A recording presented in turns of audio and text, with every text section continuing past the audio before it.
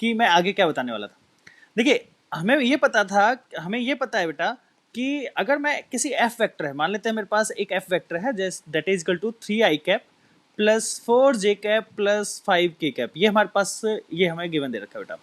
ठीक है, ये हमें गिवन दे रखा है बेटा।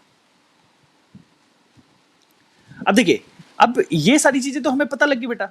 अब मैं क्या करता हूं कि एफ वेक्टर को मैं 5 से मल्टीप्लाई कर देता हूं। ये हमारे पास एक एफ वेक्टर है, मान लेते हैं ये एफ वेक्टर बेटा हमारे पास, ये एफ वेक्टर है, ये हमारे पास एफ वेक्टर है।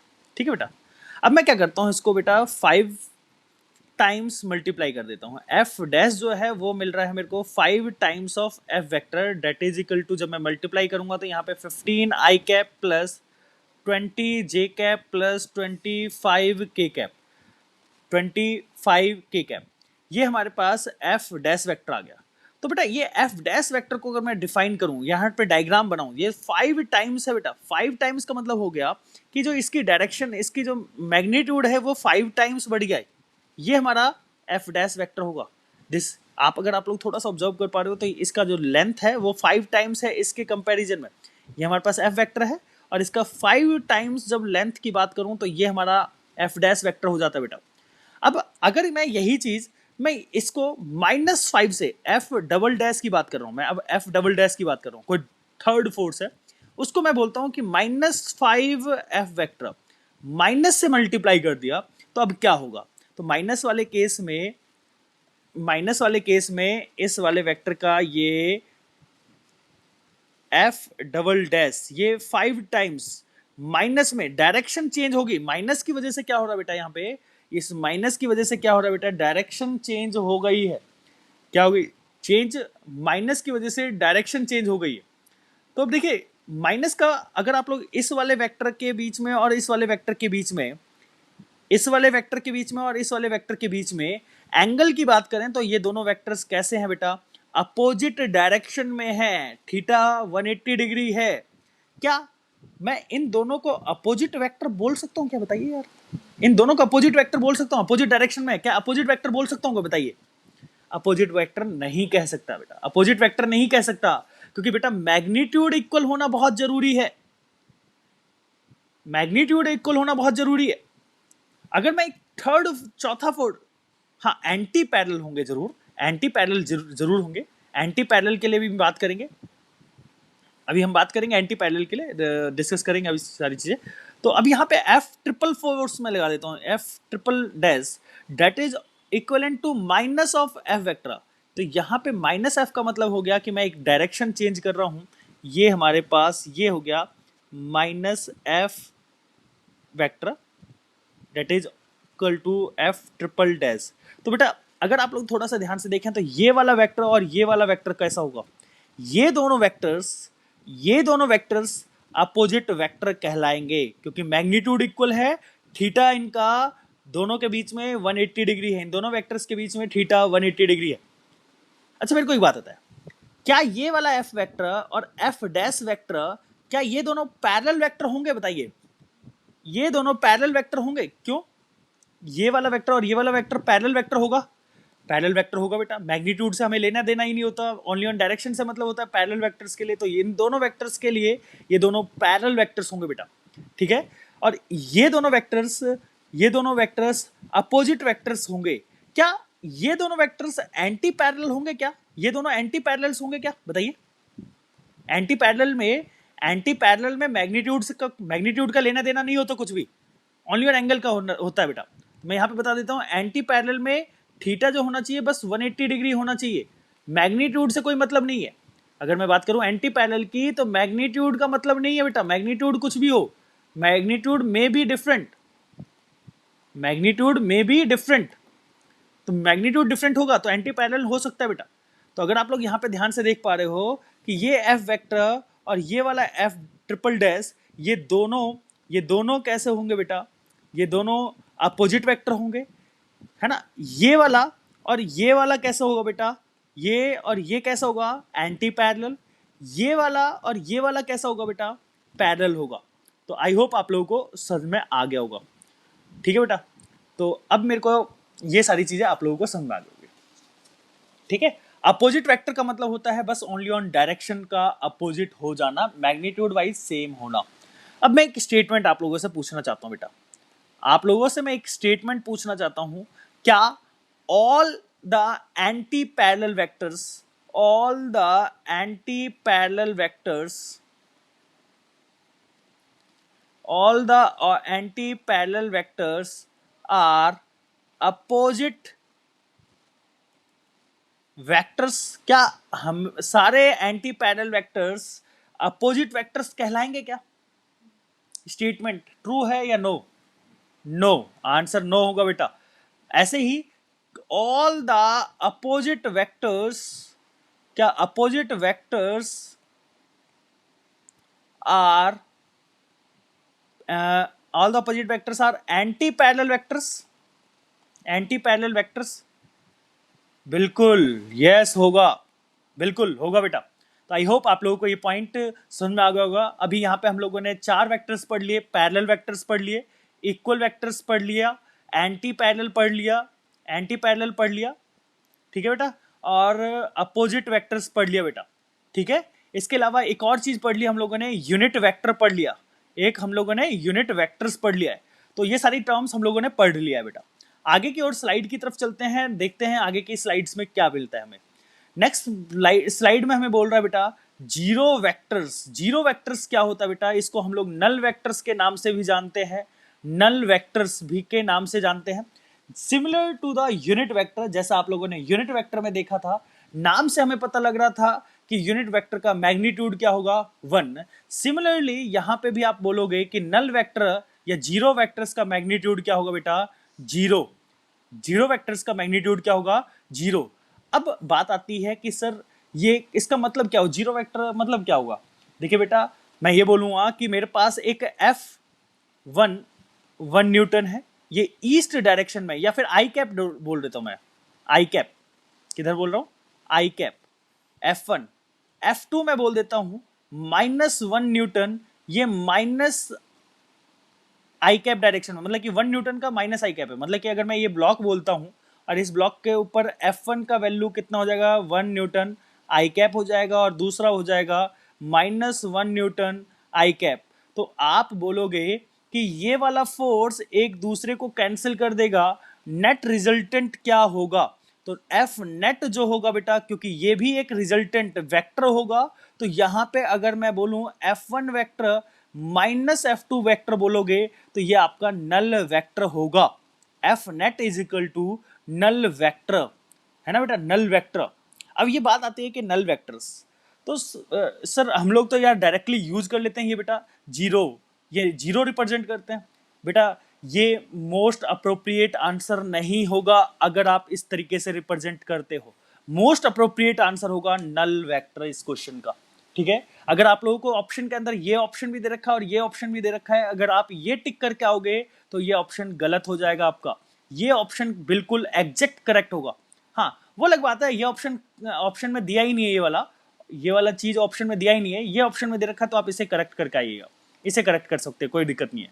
तो अब देखिए नल वेक्टर का फिजिकल सिग्निफिकेंस क्या होगा। पहली बात तो आप लोगों को नल वेक्टर का मतलब समझ में आ गया होगा, नल वेक्टर का मतलब समझ में आ गया होगा कि बेटा नल वेक्टर का मतलब क्या होता है। अब देखिए, है ना, अब देखिए नल वेक्टर की डायरेक्शन की बात करते हैं, तो इसकी डायरेक्शन को हम लोग डिफाइन नहीं कर सकते। अगर मैं किसी भी नल वेक्टर को रिप्रेजेंट करूं ना, नल वेक्टर को मैंने मान लेते हैं ये नल वेक्टर है, तो मैं इसको रिप्रेजेंट करूं, जैसे मैंने मान लिया F vector is equal to null vector, तो मैं एक पॉइंट लगाऊंगा, इस तरीके से मैं एक पॉइंट लगाऊंगा और ये हमारा नल वेक्टर को रिप्रेजेंट कर रहा होगा। मैं इस वाले पॉइंट से मैं डायरेक्शन को स्पेसिफाई नहीं कर रहा। we cannot specify the direction of null vector. Null vector का हम लोग डायरेक्शन स्पेसिफाई नहीं कर सकते, हम लोग नल वेक्टर के अंदर डायरेक्शन को बता ही नहीं सकते बेटा। तो zero vector can not represented graphically, हम लोग ग्राफिकली रिप्रेजेंट नहीं कर सकते। अगर मैं एक्स वाई एक्सिस में रिप्रेजेंट करूँ तो ये इस तरीके से रिप्रेजेंट कर देता हूँ, मान लेते हैं इस तरीके से। ये हमारा वाई एक्सिस, ये हमारा एक्स एक्सिस, ये हमारा जेड एक्सिस है।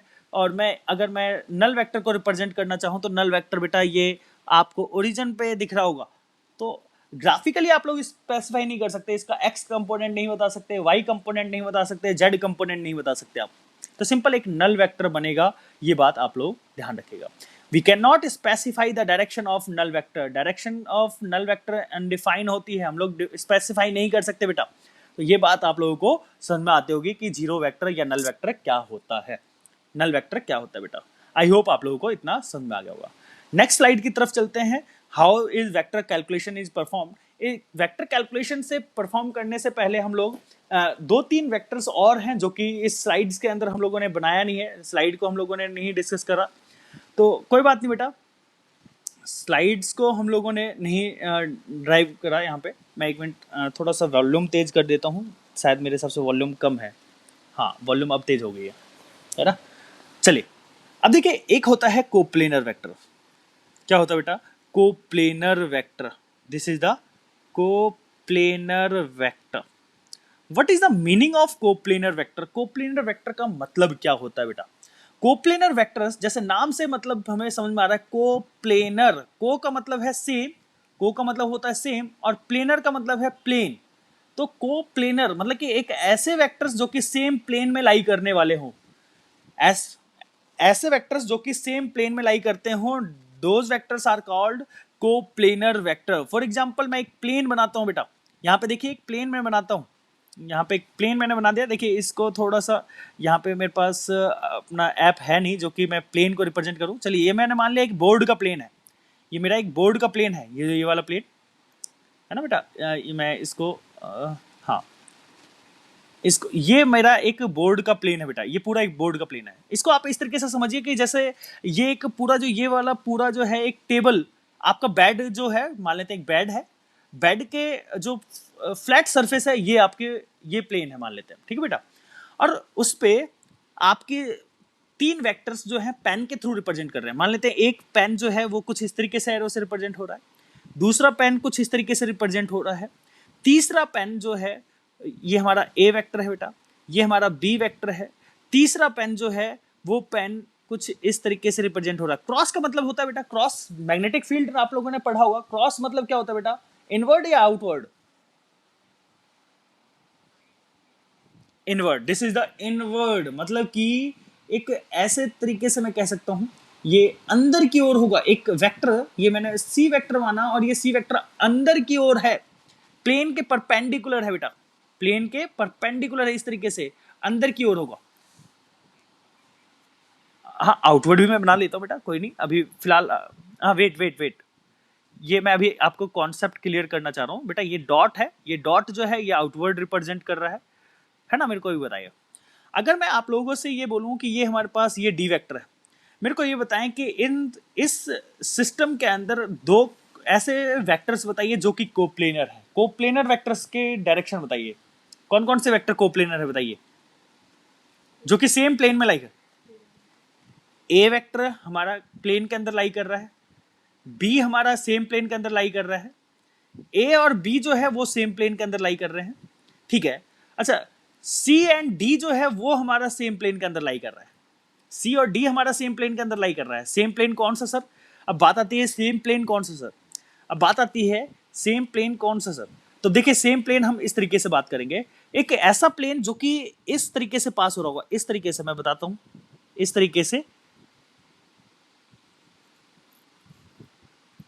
आपको शायद थ्री डायमेंशनली आप लोगों को ऑब्जर्व हो पा रहा है या नहीं हो पा रहा, थोड़ा सा यहाँ पे लिमिटेशन है जूम ऐप की, जो जिसमें मैं आपको थ्री डायमेंशनली डायग्राम आपको समझा नहीं पा रहा। यहाँ पे मैं थोड़ा सा और क्लियर विजुलाइज आपको करवा दूँ, थोड़ा सा वेट करिएगा।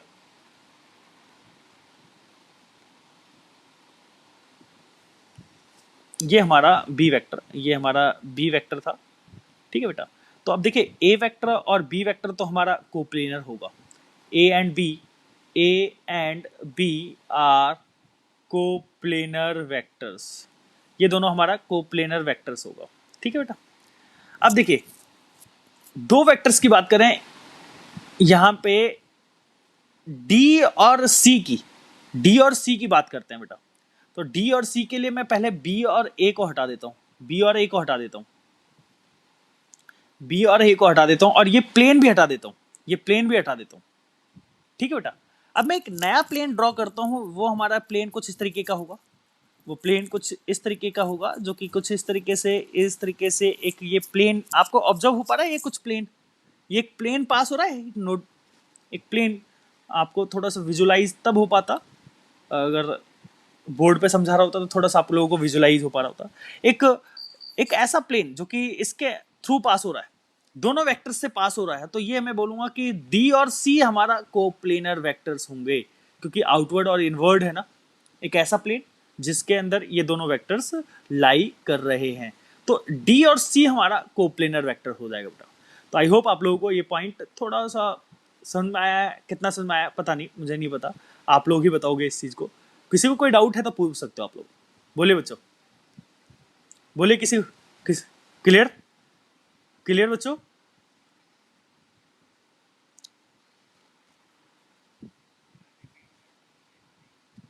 साहिल डाउट है बेटा, चलिए एक मिनट समझिएगा। देखिए बेटा, मैं इसको थोड़ा सा ना आपको विजुलाइज समझाता हूँ, विजुलाइज करवाता हूँ, क्योंकि मैं पेन का यूज कर रहा हूँ यहाँ पे, तो कोप्लेनर वेक्टर को थोड़ा सा इस तरीके से समझाया जा सकता है आप लोग। कोप्लेनर वेक्टर्स देखिए, मैं बेटा एक प्लेन ड्रॉ कर रहा हूँ, एक प्लेन कुछ इस तरीके से ड्रॉ कर रहा हूँ।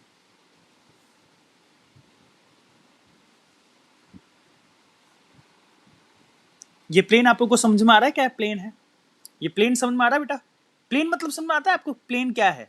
एक फ्लैट सरफेस, ये फ्लैट सरफेस है। ये हमारे पास दो वेक्टर हैं, ये हमारे पास ए वेक्टर और ये हमारे पास बी वेक्टर।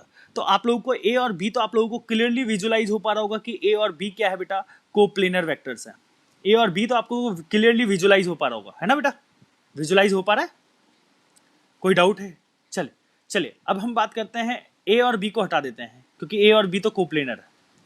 मैं बात करता हूं बेटा एक सी वेक्टर्स की। सी वेक्टर जो कि हमारा कुछ ये हमारा, इसको मैं थोड़ा सा इस तरीके से मैं रिप्रेजेंट करता हूं।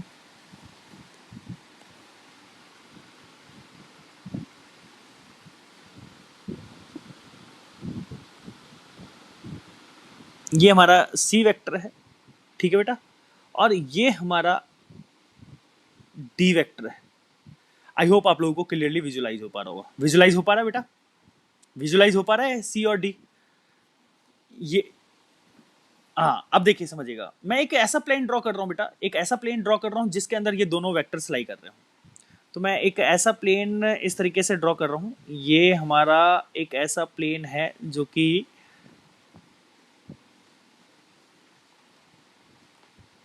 एक ऐसा प्लेन,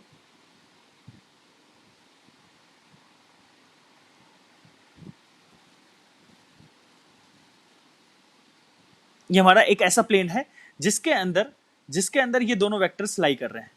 ये कुछ समझ में आ रहा है आप लोगों को थोड़ा सा?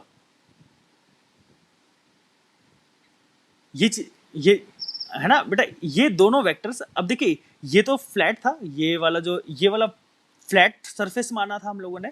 अब इस फ्लैट को हम लोगों ने, अब देखिए एक प्लेन ऐसा माना, इस प्लेन का, ये एक प्लेन ऐसा माना बेटा हम लोगों ने, ठीक है। ये प्लेन ऐसा प्लेन है जिसके अंदर ये वाला इस प्लेन के अंदर लाई कर रहा है, ये वाला वेक्टर भी इस प्लेन के अंदर लाई कर रहा है। तो दोनों वेक्टर आपको इसी प्लेन के अंदर लाई कर रहे हैं, रेड वाले प्लेन के अंदर लाई करते हुए दिखाई दे रहे हैं। तो सी और डी आपका कोप्लेनर वेक्टर्स हो गया, ठीक है। अब मैं एक और वेक्टर बना देता हूं। क्या ये वाला वेक्टर ई वेक्टर क्या कोप्लेनर होगा? क्या ई वेक्टर क्या ई डी सी क्या कोप्लेनर होगा? क्या बताइए? ई डी सी कोप्लेनर नहीं होगा। हाँ बेटा, किसी का कोई डाउट? हाँ बेटा बोलिए।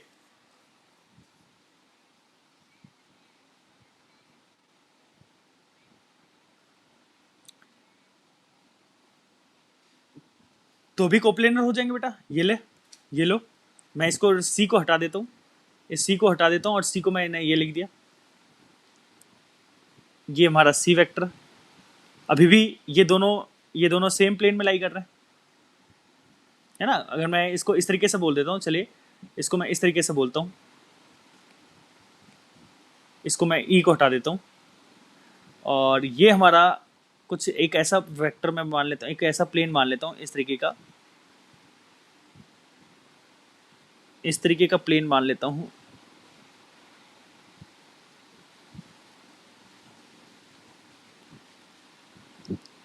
इस तरीके का प्लेन मान लेता हूँ जिसके अंदर ये वाला वेक्टर भी लाई कर रहा है और ये वाला वेक्टर भी, तो सी और डी आपस में एक दूसरे के कोप्लेनर हो जाएंगे। तो कोई भी एक ऐसा प्लेन मानना पड़ेगा, एज्यूम करना पड़ेगा जिसके अंदर ये दोनों वेक्टर्स लाई करते हों, तो हमारा ये दोनों कोप्लेनर वेक्टर्स हो जाएगा बेटा। तो इस चीज को थोड़ा सा विजुलाइज करने की जरूरत होती है, तो ज्यादा बेटर आप लोगों को समझ में आ पाएगा बेटा। तो फिलहाल के लिए इसमें इसको विराम देते हैं, इस कोप्लेनर वेक्टर को। आगे की ओर तरफ चलते हैं, फिर उसके बाद हम लोग कैलकुलेशन वाले पार्ट को नेक्स्ट लेक्चर के अंदर कर सकते हैं, कोई इशू नहीं होगा। 2-3 वेक्टर्स हैं, अभी उसको हम लोग डिस्कस करते हैं बेटा, ठीक है बेटा। इसके अलावा एक और वेक्टर होता है बेटा, वो कहलाता है को initial vector, that is called को इनिशियल वेक्टर। को इनिशियल वेक्टर मतलब कि एक ऐसा पॉइंट, इस पॉइंट से मैंने 4 फोर्सेस ड्रॉ करे, ये F1, ये F2, ये हमारा F3, ये हमारा F4। तो ये सारे फोर्सेस इस सिंगुलर पॉइंट से, इस वाले पॉइंट से स्टार्ट हो रहे हैं। तो F1, F2, F3, F4 ये सारे पॉइंट, ये सारे वेक्टर्स को इनिशियल वेक्टर होंगे, है ना बेटा, को इनिशियल वेक्टर होंगे, है ना। अच्छा, एक और होता है कॉन्करेंट वेक्टर होता है, क्या कहलाता है, कॉन्करेंट वेक्टर होता है। कॉन्करेंट वेक्टर, तो कॉन्करेंट वेक्टर का मतलब क्या होता है, कॉन्करेंट वेक्टर का मतलब है कि वो सारे के सारे मिलेंगे एक जगह पे जाके, है ना। ये को इनिशियल का मतलब है वो स्टार्ट एक जगह से स्टार्ट हो रहे थे। को कॉन्करेंट वेक्टर, कॉन्करेंट वेक्टर, तो उसको हम लोग कहते हैं बेटा, ये हमारे पास एक F फोर्स है F1, ये कहीं यहाँ पे आके मीट कर रहा है, ये हमारा F2 है, ये हमारा F3 है ना, ये हमारा F4 है। ये सारे के सारे पॉइंट इस पॉइंट पे आके मीट करेंगे बेटा। तो ये सारे F1, F2, F3, ये F4, ये सारे के सारे कॉन्करेंट वेक्टर कहलाएंगे, है ना। कोई डिस्प्लेसमेंट वेक्टर भी ले लेते हैं, यहाँ पे ये डिस्प्लेसमेंट वेक्टर ले लेता, है ना, ये, तो ये भी कॉन्करेंट वेक्टर कहलाते हैं। तो कोई से भी ऐसे वेक्टर जो कि फाइनल पोजीशन, जिनका कहीं ना कहीं एक पॉइंट ऑफ इंटरसेक्शन हो, है ना, कहीं पे आके मीट करें कहीं आके, तो वो क्या कहलाएंगे, कॉन्करेंट वेक्टर कहलाएंगे बेटा। ये 2 पॉइंट आपको समझ में आ गया होगा। एक लास्ट जो है बोलेंगे एक्सियल वेक्टर। एक्सियल वेक्टर कौन से होते हैं, एक्सियल वेक्टर वो वेक्टर होते हैं जो कि जिनका यूज होता है बेटा, it is used to represent the rotational effect of motion. It is used to represent the rotational effect of motion. Rotational effect of motion.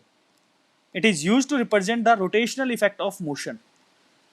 Rotational effect of motion, आप लोग रोटेशन चैप्टर पढ़ रहे होंगे, या कईयों ने पढ़ा भी होगा, कईयों ने स्कूल में पढ़ा होगा, कईयों ने कहीं जगहों पे सुना होगा।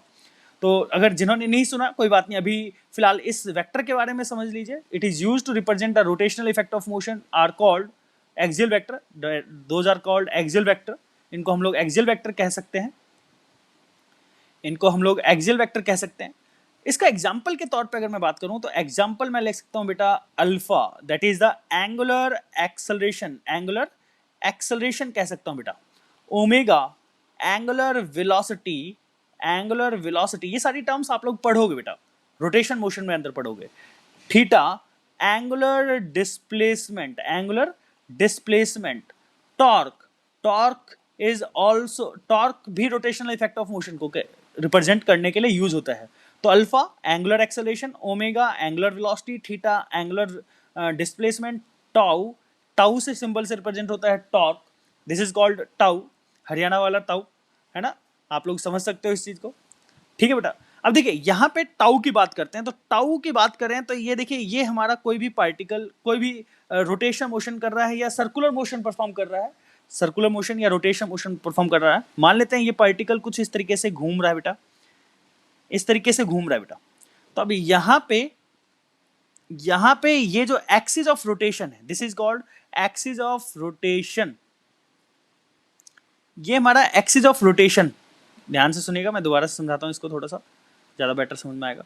ये इसको इस तरीके से ले लेते हैं, है ना। ये एक पार्टिकल इस तरीके से इस सर्कुलर पाथ पे घूमेगा और ये एक्सिस कहलाएगा बेटा।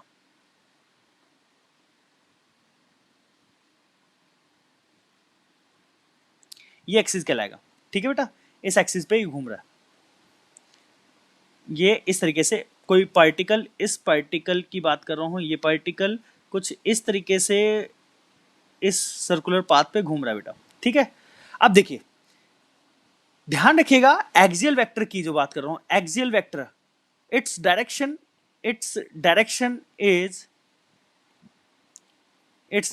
is always along the axis of rotation के along होगा। Axis of rotation, axial vector वो वेक्टर कहलाएंगे जो कि रोटेशनल इफेक्ट ऑफ मोशन को रिप्रेजेंट करने के लिए यूज होते हैं, and its direction is always along the axis of rotation. Axis of rotation के अलोंग हमेशा एक्सियल वेक्टर की डायरेक्शन होती है, ये बात ध्यान रखिएगा बेटा। तो अब यहाँ पे अगर मैं बात करूं तो ये जो होगा बेटा, ये हमारा होगा इस एक्सिस के अलोंग, ये एक्सिस के अलोंग मैं बात कर रहा हूँ। यहाँ पे मैं डिफरेंट पेन का यूज कर लेता हूँ। यहाँ पे देखिए, ये हमारा एक्सिस को रिप्रेजेंट कर रहा है। इस एक्सिस के अलोंग हमारा अल्फा हो सकता है, ये अल्फा। इस एक्सिस के अलोंग हमारा ओमेगा हो सकता है, थीटा हो सकता है, टॉर्क हो सकता है। तो इस एक्सिस के अलोंग द एक्सिस, आपको एक्सिस पता लग रहा है, ये एक्सिस, ये डायरेक्शन ऑफ एक्सिस है बेटा। इस एक्सिस के अलोंग अल्फा हो सकता है, ओमेगा हो सकता है, थीटा हो सकता है, टाउ हो सकता है। तो ये सारी फिजिकल क्वांटिटी हैं जो कि एक्सियल वेक्टर को रिप्रेजेंट करने के लिए यूज हो रही होती हैं, और इनकी डायरेक्शन हमेशा एक्सिस ऑफ रोटेशन के अलोंग होती है, along the direction of axis of rotation. तो आई होप आप लोगों को टाइप्स ऑफ वेक्टर समझ में आ चुका होगा। टाइप्स ऑफ वेक्टर में हम लोगों ने क्या क्या चीज पढ़ी बेटा? टाइप्स ऑफ वेक्टर्स के अंदर हम लोगों ने पढ़ा parallel vectors, equal vectors, opposite vectors, null vectors, anti parallel vectors, zero vectors, unit vector हम लोगों ने पढ़ा, एक्सियल वेक्टर पढ़ा, कोप्लेनर वेक्टर्स पढ़ा, कॉन्करेंट वेक्टर्स पढ़ा, को इनिशियल वेक्टर पढ़ा। तो आई होप आप लोगों को सारे टाइप्स ऑफ वेक्टर्स पता लग चुके हैं बेटा। हम लोगों ने मेनली इस चैप्टर के अंदर, इस टॉपिक का आज के लेक्चर के अंदर हम लोगों ने टाइप्स ऑफ वेक्टर पढ़ लिया है बेटा। अभी तक हम लोगों ने बेस क्रिएट कर लिया है, पूरा का पूरा बेस क्रिएट कर लिया है, जो कि वेक्टर्स के अंदर यूज होने वाला है बेटा, जो कि हम लोग वेक्टर्स के अंदर यूज करेंगे। हम लोगों ने पूरा का पूरा बेस क्रिएट कर लिया है। अब आगे वाले चैप्टर्स के आगे वाले टॉपिक के अंदर how the vectors calculation are performed, ये हम लोग पढ़ने वाले हैं। कैलकुलेशन, वेक्टर कैलकुलेशन कैसे परफॉर्म करी जाएगी। तो यहाँ पे हम लोग क्या क्या टॉपिक पढ़ेंगे, मैं आप लोगों को एक छोटा सा ओवरव्यू दे देता हूँ। ट्रायंगल्स लॉ, यहाँ पे हम लोग एक triangles law of vector addition पढ़ेंगे। This is the triangles law of vector addition हम लोग पढ़ने वाले हैं यहाँ पे इस चैप्टर के अंदर। आगे कैलकुलेशन जो भी हम लोग पढ़ने वाले हैं, triangles law of vector addition, है ना। ये parallelogram law of vector addition हम लोग पढ़ने वाले हैं बेटा, है ना। पॉलीगन लॉ पढ़ने वाले हैं, पॉलीगन लॉ हम लोग पढ़ने वाले हैं। तो ये सारी टर्म्स तो हम लोगों को एडिशन के अंदर पढ़ेंगे बेटा।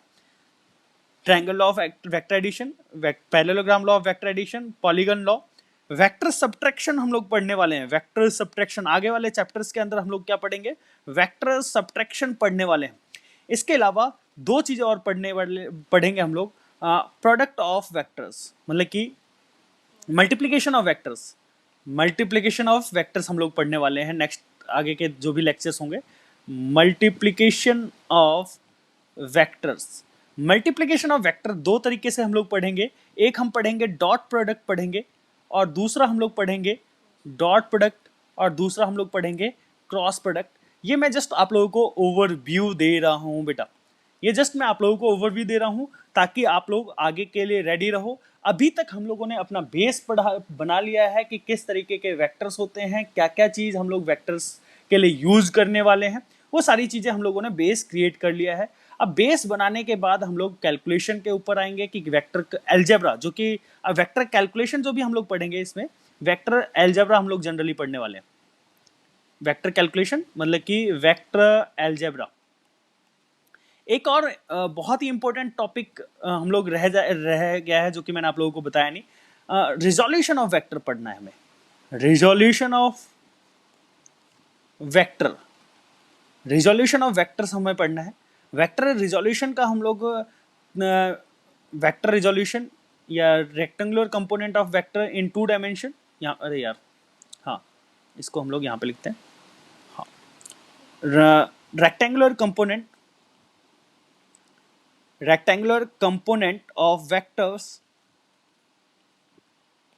वेक्टर्स इन 2D हम लोग पढ़ने वाले हैं। Rectangular components of vector in space, या हम बात करेंगे 3D में हम लोग पढ़ने वाले हैं। ये 2 चीजें हम लोग पढ़ने वाले हैं बेटा। हाँ, एक और हम लोग पढ़ेंगे कंपोनेंट ऑफ या डायरेक्शन कोसाइन ऑफ वेक्टर्स।